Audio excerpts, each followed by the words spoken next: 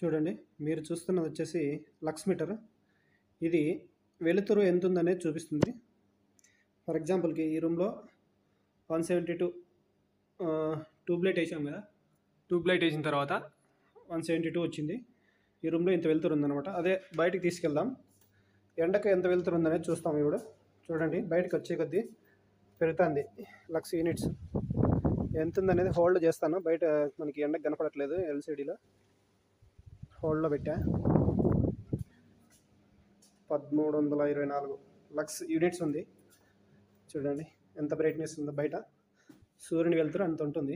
ఇప్పుడు hold remove చేస్తా, ఈ రూమ్లో ఎంత ఉందనేది చూపిస్తుంది. మళ్ళీ 160 మీడియంలో ఉంది. ఇలా మనకి లక్స్ మీటర్ బాగా ఉపయోగపడుతుంది. నెక్స్ట్ వచ్చేసి సౌండ్ వచ్చేసి డెసిబుల్స్లో కొలుస్తాం, లైట్ని వచ్చేసి లక్స్లో కొలుస్తాం అనమాట. ఫర్ ఎగ్జాంపుల్కి వోల్టేజ్ని వోల్ట్ మీటర్తో, యాంప్స్ని అమ్మీటర్తో ఇలా కొలుస్తాం కదా, అలా లైట్ని లక్స్ మీటర్తో కొలుస్తాము. నెక్స్ట్ వచ్చేసి లైటు ఎక్కడెక్కడ ఎంత వెలుతురు ఉండాలనేది చూద్దాము. లివింగ్ రూమ్లో 100 to 150 లక్స్, బెడ్రూమ్లో 60 to 100 లక్స్, కిచెన్లో 250 to 300 లక్స్, బాత్రూంలో 150 నుంచి 300 లక్స్.